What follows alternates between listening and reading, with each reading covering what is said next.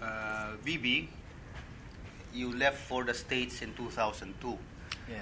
and you've lived most of your life in the Philippines prior to that, and you've Yes. experienced what you were trying to discover in the Philippines, and then experience it in a different way when you went to the United States. Yes.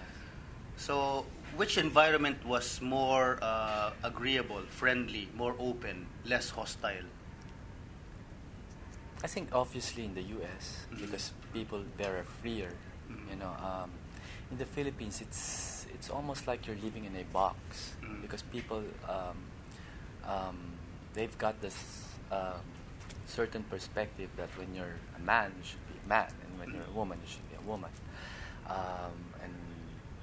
And being gay in the Philippines is just being screaming and I hate to say this word but they relate gay people to faggots, and it's not a good word. Yeah, it sounds like maggot, no? Really, it's a very. Whenever I hear that word faggot, what comes to mind is a similar word that it starts with an M. Yes, so I said it's terrible, no? Yes, but it's not the case. Yeah. I've realized in the U.S. that being gay is just being human. It is part of our imperfection. We are all imperfect human, and it becomes us. And as I've said, we are the totality of our own experiences.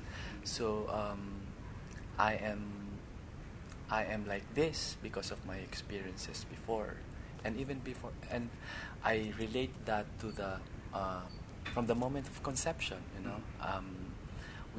I am, or all of us are influenced by our experiences from conception to infancy, to childhood, to puberty, to adulthood. And it affects our social being, our spiritual being, our moral being. So a lot of things. This is a very controversial assertion you're making. Are you implying that God created you the way you are, and nobody made you? You were not influenced to become who you are and what you are right now by anyone, by society? I am not saying that God created me gay. What I'm trying to say is we are our own experiences. So God knows what happened to us. When I came out to Him, I've realized I don't have to say anything, because even the things that I don't remember when I was when I was in my mother's womb, when I was infant, when I was a kid, God remembers, and He knows how it affected me.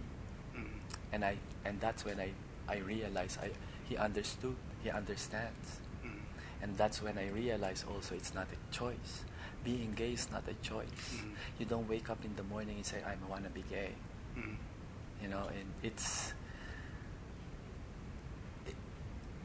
the only choice when you realize you're gay is that either you continue to deny it or accept it. That's the choice. That's the only choice. But not being gay or not, or not being gay. It's like you're presented a product. What do you like? This cake or this ice cream? Oh, I like this ice cream. So it's not suddenly a preference, no? Because the people called it the term is sexual preference. Yes. So I prefer this particular sexuality. It is not a preference. It is an orientation. So when you accept your orientation, that's when you make your preferences. You either you prefer a straight acting gay, or a gay person, or a transgender, or a transsexual, or a transvestite. Those are preferences. But being gay per se is an orientation. That's something that strikes me as new. That preference comes from orientation. That is very confusing, but it's not. But I hope people would understand that I don't just prefer to be gay. This is my orientation because of my experiences. When you compare being like black people and white people, why are black people black? Because they live in a country where there is sun. the sun affects them, the environment affects their whole being, even their color, right? Mm. That's how gay people are also, or any other human being. We are all affected by our own environment. In Catholic theology, we had this term called fundamental option. The option is there, but you say fundamental because even prior to a conscious option, there was something basic there.